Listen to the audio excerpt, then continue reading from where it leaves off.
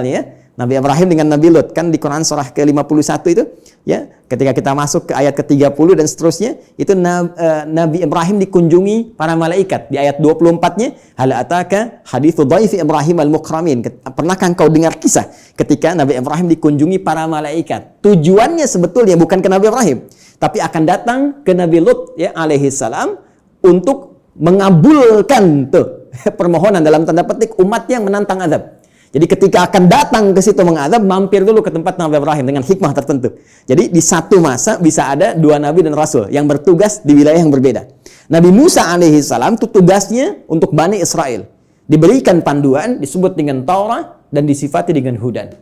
Pedoman kehidupan. Betapa inginnya Allah umat di zaman itu senang dalam menghadapi misi, menunaikan ibadahnya, dan tenang dalam menjalankan itu semua. Berganti secara cepat. Nabi Isa alaihi salam meneruskan risalah Nabi Musa setelah melewati fase-fase tertentu. Jaraknya sekitar 600 tahun ke Nabi Muhammad sallallahu alaihi wasallam. Nabi Muhammad ke Nabi Musa sekitar 2000 tahun.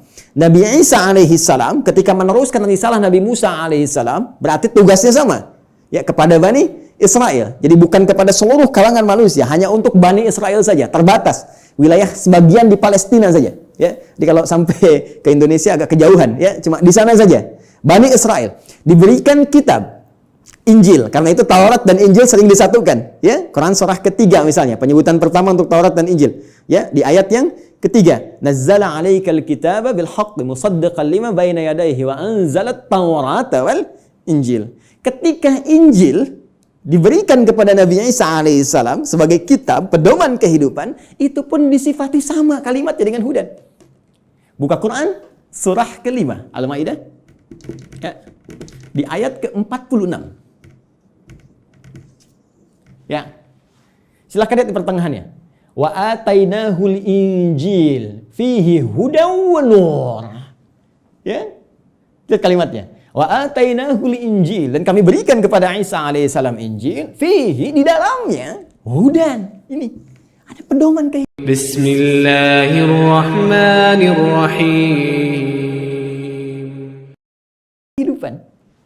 Jadi setiap era berganti, setiap masa berpindah, Allah selalu memberikan pedoman yang selalu aktual, faktual, dan dibutuhkan di masanya sesuai dengan kebutuhan makhluknya pada saat itu. Karena eranya berganti, kebutuhan bisa berubah, nuansa tidak sama, maka diberikan pedoman yang sesuai dengan masanya. Yang paling dahsyat, Nabi Muhammad sallallahu alaihi wasallam, Rasul terakhir. Perhatikan kalimatnya. Nabi Musa li Bani Israel, ya, Nabi Isa li Bani Israel, Nabi Ibrahim kalangan tertentu saja, ya, komunitas tertentu. Kemudian Nabi Lut juga demikian. Sebelumnya Nabi Nuh, ya, membawa risalah. Rasul pertama Nabi Nuh alaihissalam, komunitas yang terbatas. Nabi Muhammad sallallahu alaihi wasallam, karena beliau ditugaskan sebagai Rasul pamungkas, penutup. Kalau penutup berarti risalahnya harus sampai berakhir kehidupan dunia. Namanya penutup. Karena tidak ada Rasul setelah beliau, tidak ada Nabi lagi. Karena itu risalahnya harus bertahan abadi sampai kehidupan berakhir. Maka diturunkanlah oleh Allah yang paling spesial. Karena spesialnya ini menyifati segala hal yang tadi disebutkan. Harus sampai bertahan sampai kehidupan berakhir. Harus beda dengan yang sebelum-sebelumnya. Harus punya mukjizat yang lebih dahsyat. Karena itu yang terakhir ini, karena sifatnya harus bertahan sampai akhir zaman, dia harus lebih daripada yang sebelumnya. Harus bertahan. Tidak boleh ada celahnya, ya. Tidak boleh ada perubahan-perubahan, ya, yang harus terjaga dari lafadznya, katanya, dan sebagainya. Semua harus unggul. Maka dipilihlah oleh Allah Subhanahu wa taala, ditetapkan oleh Allah Subhanahu wa taala, karena ini yang paling dahsyat, yang paling baik, semua yang terkait dengannya selalu baik. Silakan cek. Yang dipilih turun membawa risalah ini, membawa wahyu ini, ya, teman-teman sekalian, dari kalangan malaikat Jibril alaihissalam. Ketika dipilih langsung naik statusnya menjadi Sayyidul Malaika, Ruhul Amin. Nabi Musa punya teman, setiap rasul di bumi punya teman rasul dari langit. Nabi Musa punya teman Malakul Maut, ya. Baik, Nabi Muhammad SAW punya teman malaikat Jibril. Malaikat Jibril ketika ditugaskan menyampaikan risalah yang akan dibawa pada Nabi Muhammad SAW, maka langsung naik status jadi Sayyidul Malaika. Diturunkannya, teman-teman sekalian, di hari Jumat, ya, hari Jumat, harinya naik status langsung menjadi apa? Sayyidul Ayyam. Yang dipilih menerima ini Nabi Muhammad SAW langsung naik status jadi Sayyidul Anbiya wal Mursalin. Bulannya, ya, bukan main-main. Bulannya bulan Ramadan. Ya, bulan Ramadan. Perhatikan baik-baik. Jumat naik status, Jibril naik status, Muhammad SAW naik status. Bulannya Ramadan langsung naik status jadi Sayyidus Syuhur. Bulan yang sangat dimuliakan. Saking mulianya, hanya turun satu malam yang penuh dengan keberkahan hanya di bulan itu saja. Untuk apa? Untuk mengagungkan risalah terakhir yang dibawa. Karena itu nanti surah ke-97, surah yang menyebut keutamaan malam Al-Qadar itu akan disandingkan dengan turunnya wahyu yang sangat istimewa untuk menunjukkan keagungan risalah dan wahyu terakhir yang akan diturunkan pada Muhammad SAW. Tiada lain, tiada bukan, itulah Al-Quran. Inna anzalnahu fi Lailatul Qadar. Ya, sungguh dengan segala keagunganku aku akan berikan informasi yang sangat dahsyat. Inna, aku tegaskan, aku kuatkan, ya, anzalnahu fi Lailatul Qadar. Kami turunkan Al-Qur'an itu di malam Al-Qadar. Baik, teman-teman sekalian, fokus di sini. Apa kaitan Al-Qur'an dengan hudan itu? Kita kuatkan kembali dengan Quran surah kedua ayat 185. Paling kiri di pertengahan di mushaf standar. Ya. Quran surah kedua ayat 185. Karena yang paling dahsyat, ya, karena ini yang paling istimewa dan untuk seluruh manusia tanpa batasan, maka redaksinya mesti beda. Perhatikan kalimatnya. Syahrul Ramadan alladzi unzila fihil Qur'an. Ya, di bulan Ramadan yang kalian menunaikan puasa itu, saat itulah diturunkan Al-Quran. Tadi kita katakan, tak sepakati Al-Quran turun di bulan yang sangat mulia yaitu Ramadan. Quran surah kedua ayat 185. Allah perkenalkan nama kitab wahyu, pedoman hidup yang diturunkan pada Nabi yang paling istimewa untuk semua manusia sampai akhir zaman, yaitu Al-Quran. Apa tujuan Al-Quran diturunkan? Teruskan ayatnya. Hudal linnas. Tetap tidak akan terpisahkan dari diksi ini, hudan. Dan dahsyatnya bukan libani kita, li umat kita, linnas. Ini poinnya. Ini bedanya. Kata Allah diturunkan di waktu yang sangat istimewa itu, ya, Al-Quran tujuan utamanya untuk menjadi pedoman hidup. Pedoman hidup.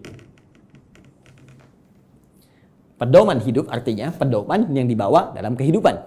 Ya, Anda mau zoom saja sekarang, tak tahu pedomannya, Anda nggak bisa zoom. Itu yang simple. Sekarang Anda mau hidup yang lebih kompleks kita jalani, nggak bawa pedoman, ya nggak, mustahil kita jalani dengan tenang. Mustahil kita akan jalani dengan benar. Ya, jadi ini pedoman kehidupan kita. Artinya semua yang dialami dalam kehidupan itu ada di sini sih ya. Al-Quran. Dan dahsyatnya linnas, untuk semua manusia tanpa batas.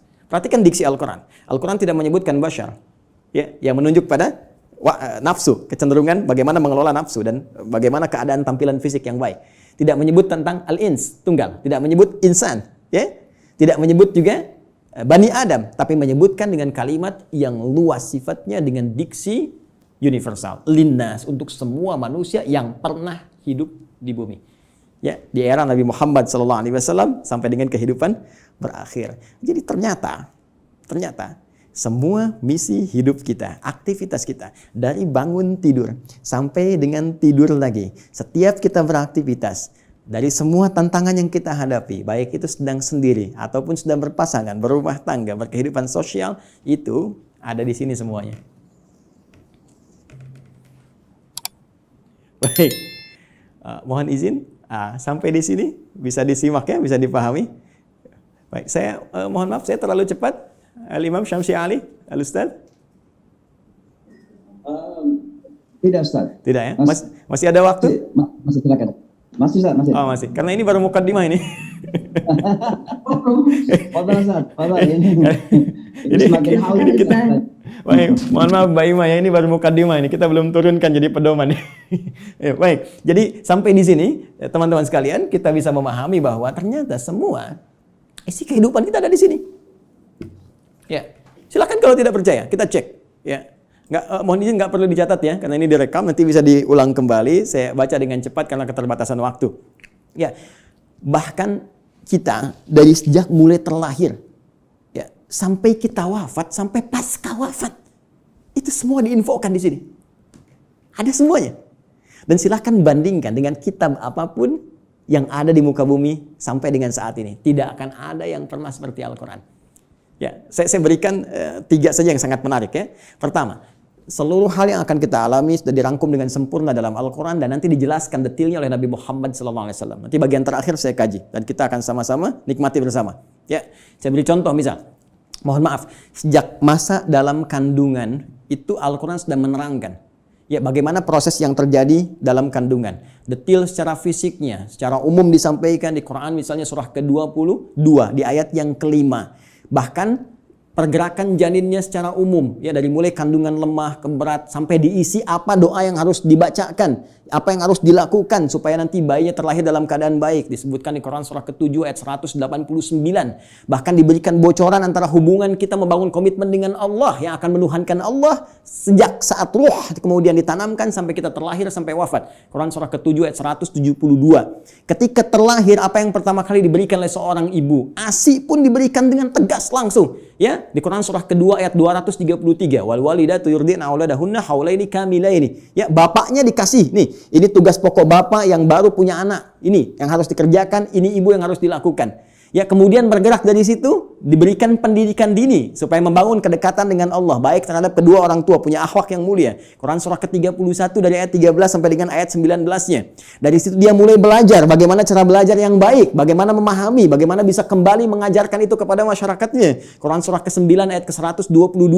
Kemudian diberikan sifat, jangan sampai dia belajar lupa dengan Tuhannya, harus seimbang antara ibtek dengan imtaknya. Itu ada di Quran, teman-teman sekalian, di surah Al-Mujadalah, ya. Di ayat yang ke-11, kemudian setelah itu dia berkembang lagi.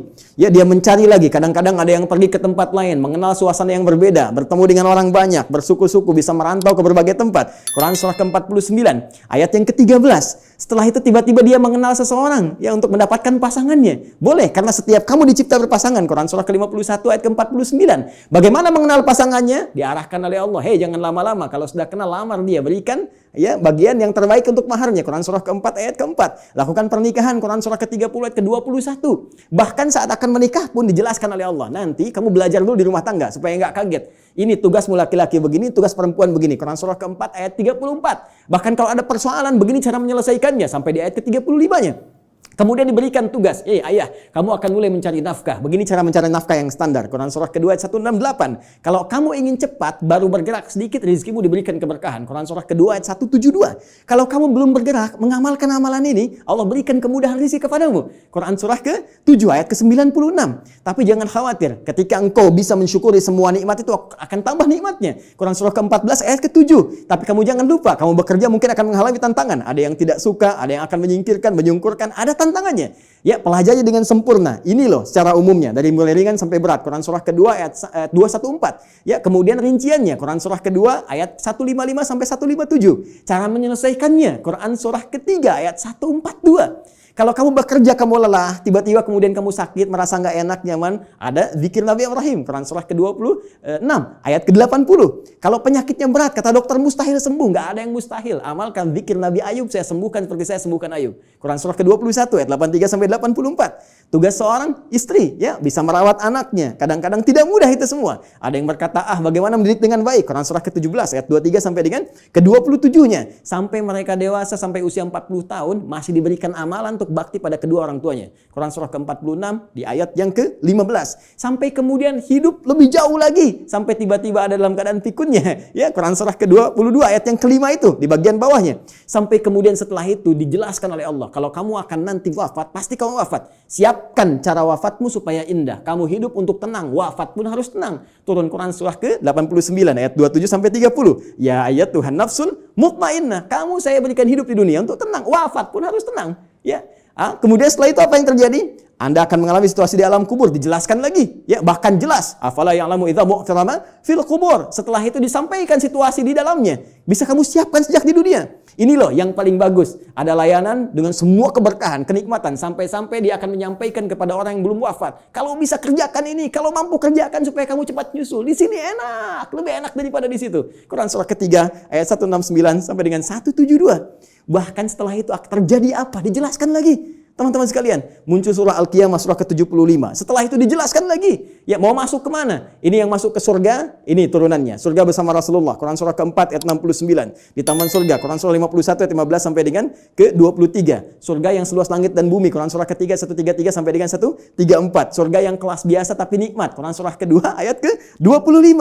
Supaya kita membawa persiapan untuk mendapatkan itu semua. Kalau gagal pun dijelaskan lagi. Ya, kalau kamu nanti main-main dengan ini semua, hadapi situasi di alam kubur begini, ada ayatnya. Situasi di hari kiamat begini, ada ayatnya. Sampai dengan muaranya pun ada ayatnya. Karena itu, kalau Anda tidak percaya, silahkan cek. Cuma dalam Al-Quran, semua kegiatan kita diatur dengan sempurna. Dan detailnya dijelaskan oleh Rasulullah SAW melalui petunjuk yang bahkan langsung ditegaskan oleh Al-Quran. Buka Quran surah ketiga, ayat 31. Paling kiri sebelah atas di mushaf. Qul in kuntum tuhibbunallaha fattabi'uni. Katakan Muhammad sallallahu alaihi wasallam, jika mereka hamba-hambaku, umatmu mengatakan serius mencintai aku, mencintai Allah, ya kan, berpegang pada kitab Allah, fattabi'uni, maka ikuti semua petunjuk Rasulullah sallallahu alaihi wasallam. Ya, Nabi diutus, diturunkan untuk menyampaikan risalah Al-Quran secara sempurna. Detailnya seperti apa digambarkan oleh beliau dan dijamin langsung oleh Al-Quran. Surah ke-33. Ayat ke-21. Laqad kana lakum fi Rasulillahi uswatun hasanah. Uswah bisa dibaca dari riwayat Qalun, Warash dengan iswah. Laqad kana lakum fi Rasulillahi iswatun hasanah. Harakat kasrah, harakat dhammah. Kasrah menunjukkan sesuatu yang kecil, ringan, tipis, pecah. Kasrah zujaj, kaca itu pecah sehingga melahirkan pecahan-pecahan yang kecil. Sehingga harakatnya tipis. I dan ya i. Dhammah, sesuatu yang terkumpul, yang dhamma yang dhammu besar. Ya. Jadi yang melekat pada Rasulullah itu jangankan ya yang besar-besar, yang dahsyatnya, yang sholat malamnya sampai bengkak-bengkak, yang bagaimana pahala dengan sedekahnya, ya luar biasa diberikan, bagaimana perhatiannya pada umat. Bahkan yang kecil-kecilnya pun kalau diikuti akan jadi teladan dalam kehidupan. Jadi uswah itu ya keteladanan yang bila diikuti, yang mengikuti menjadi teladan lagi. Yang saling terwariskan. Jadi ketika kita mengamalkan isi Al-Quran dengan petunjuk yang disampaikan oleh Rasulullah SAW, maka secara otomatis kata Allah, hidup kita pun selain menjadi tenang, nyaman, akan jadi teladan di masanya. Silahkan cek. Nabi wafat, sahabat jadi teladan. Sahabat wafat, tabi'in jadi teladan. Sampai sekarang kita kenang. Semua yang mendekat kepada Al-Quran, demi Allah saya katakan, jika mendekatnya dengan cara yang benar, pasti akan mendapatkan semua kenikmatan yang dijamin tadi. Sekarang bagian terakhirnya, mohon izin dengan cepat sekali, bagian terakhirnya. Bagaimana kita mengeluarkan petunjuk Al-Quran ini? Sehingga menjadi pedoman dalam kehidupan.